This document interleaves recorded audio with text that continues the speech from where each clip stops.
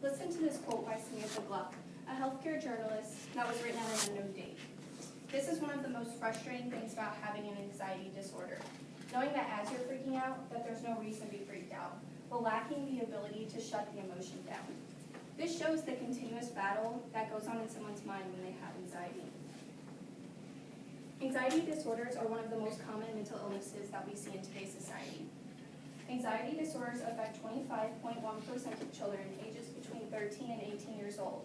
This is according to the Anxiety and Depression Association of America, or the ADAA, a research association for mental illness, and it was written at an unknown date.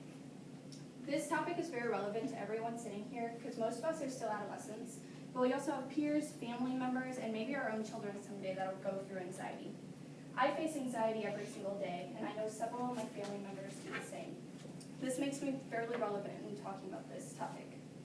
To understand anxiety, we need to recognize the symptoms, we need to know the effects, and we need to know the treatment options that are available.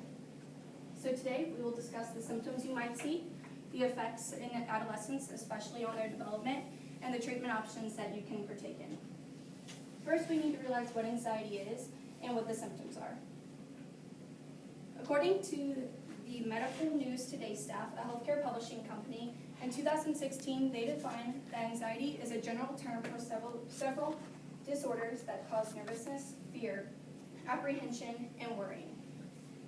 We see many symptoms in people with anxiety, and they can vary between person to person, but some common symptoms that we see: in the brain, we see short attention span, extreme nervousness, insomnia, and a sense of doom or panic at least 3 to 5 times a week.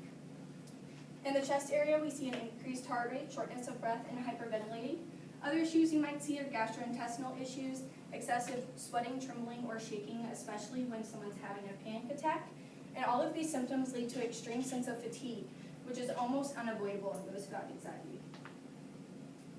So now that we know some of the symptoms, we can figure out what the effects are from these symptoms.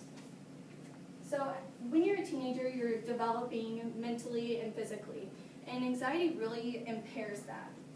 Einar Lakehanger and Bo Larson are 2 Norwegian psychologists that wrote a research article in 2012 called 1 Year Stability Change, an Incidence in Early Adolescence and the General Population. They state that there was a high rate of 13 and 14-year-olds who had lots of anxiety.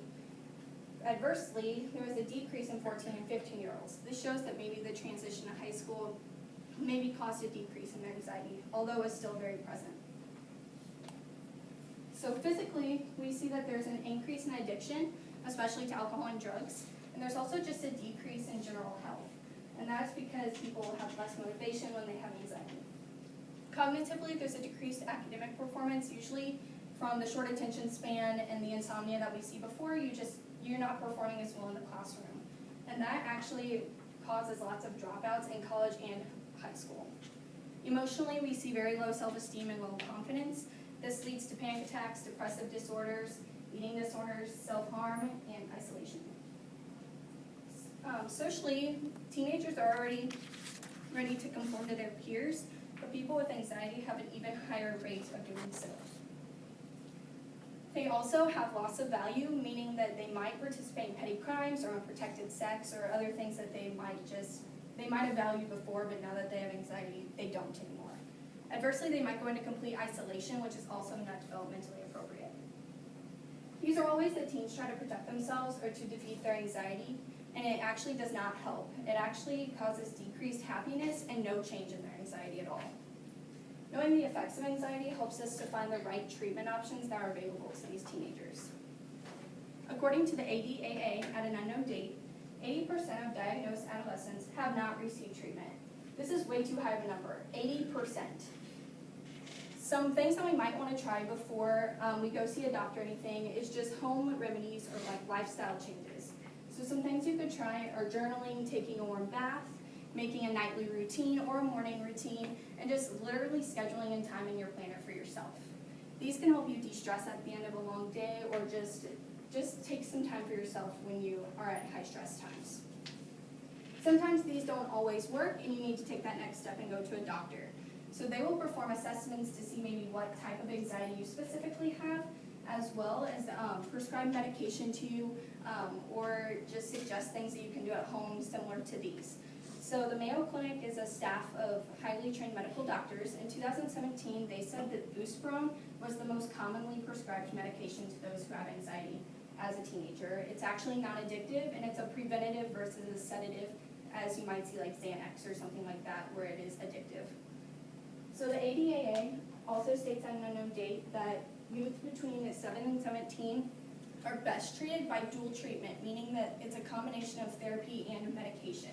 So this is the best option for those who are dealing with anxiety almost every day. Using these treatment options, we can now better understand why someone suffers from anxiety and what we can do to help them. So today we learned about the symptoms that adolescents display, the effects in adolescence, and the different treatment options available, including home remedies, doctors, and psychotherapy. Don't be a person that ignores all the clues and signs of anxiety. Be attentive, and you can help conquer anxiety in adolescence today. Thank you. Great job.